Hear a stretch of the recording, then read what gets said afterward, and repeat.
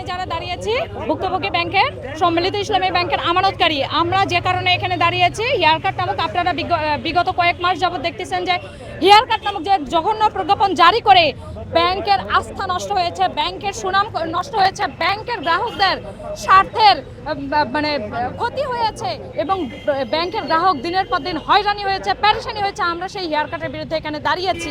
তো আমরা বারবার প্রধানমন্ত্রী, অর্থমন্ত্রী, বাংলাদেশ ব্যাংকের গভর্নর বরাবর স্মারকলিপি দিয়েছি, অর্থমন্ত্রী সচিবকে স্মারকলিপি দিয়েছি, কিন্তু তারা হেয়ার কাট নিয়ে আমাদের কথা নিয়ে তাদের কোনো মাথা ব্যথা নাই।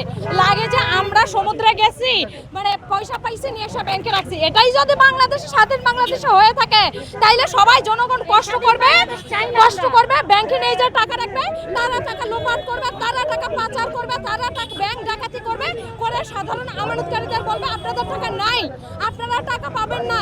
এটা কোন, এই স্বাধীনতাকে আমরা চেয়েছিলাম, এই দেশকে চেয়েছিলাম, আমাদের টাকা গেল কই? কার জোর সাজতে টাকাগুলো পাচার হইলো?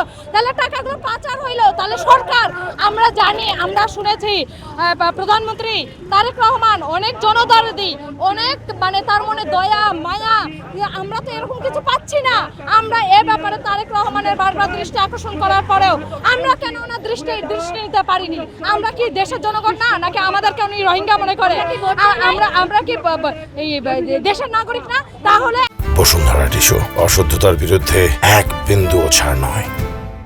দেশের নাগরিকের সুযোগ সুবিধা দেখার একজন প্রধানমন্ত্রীর দায়িত্ব, কর্তব্য। অবশ্যই উনি এটা নিয়ে ওনার কাজ করা উচিত ছিল, এটা নিয়ে মিডিয়াতে কথা বলা উচিত ছিল, এটা নিয়ে আমাদেরকে আশ্বাস দেওয়া উচিত ছিল। কিন্তু আমরা হতাশ যে আমরা এই রোদে দাঁড়িয়েছি, গরমে পুড়তেছি, আমাদের নিয়ে কেউ কথা বলে না, আমাদের নিয়ে সংসদে কথা হয় না। তারা আছে বড় বড় ব্যাপার নিয়ে, কিন্তু বড় বা ক্ষুদ্র ক্ষুদ্র বালিকণা মিলাই যে পাহাড় সমান বালিকণা হয়, সেটা তারা মাথায় রাখে নাই। আমাদেরকে তারা মূল্যায়ন করতেছে না। আর আমাদেরকে মার্চ করা দুটি উদ্দেশ্য ছিল, একটি হলো গ্রাহক হয়রানি বন্ধ, গ্রাহকের স্বার্থ রক্ষা, প্লাস ব্যাংকের মানে ব্যয়ভার কমিয়ে ব্যাংকগুলোকে আগের অবস্থায় নিয়ে যাওয়া। কিন্তু বাস্তবে আমরা দেখেছি একটাও পূরণ হয়নি, বরং এর ফলে গ্রাহক হয়রানির সর্বোচ্চ ইতিহাসের মানে সর্বাগ্যে আছে যে গ্রাহক হয়রানি। এটা নিয়ে আমরা হতাশ।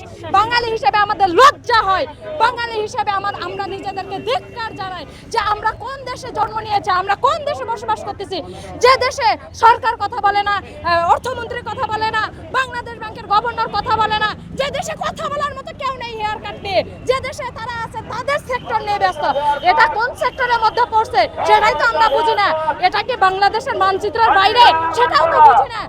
এই আক্ষেপ আমাদেরকে বলা বোঝানোর মতো না। আপনারা দেখেছেন এখানে প্রশাসন এখানে এসেছে, আমরা তো কোনো ভাঙচুর করিনি, আমরা তো কোনো বিশৃঙ্খল অবস্থার মধ্যে দাঁড়াইনি, আমরা তো রাস্তা ব্লকেট করিনি। তাহলে আমাদেরকে প্রশাসন দেখিয়ে তারা কি ভয় দেখাতে চায়? আমাদেরকে যদি আমাদের হক দাবি না আদায় করতে দেয়, আমরা যে ব্রাঞ্চে টাকা রেখেছি সেই ব্রাঞ্চে গিয়ে ম্যানেজারের সাথে আমাদের বোঝাপড়া হবে। এটাই ছিল আমার শেষ কথা।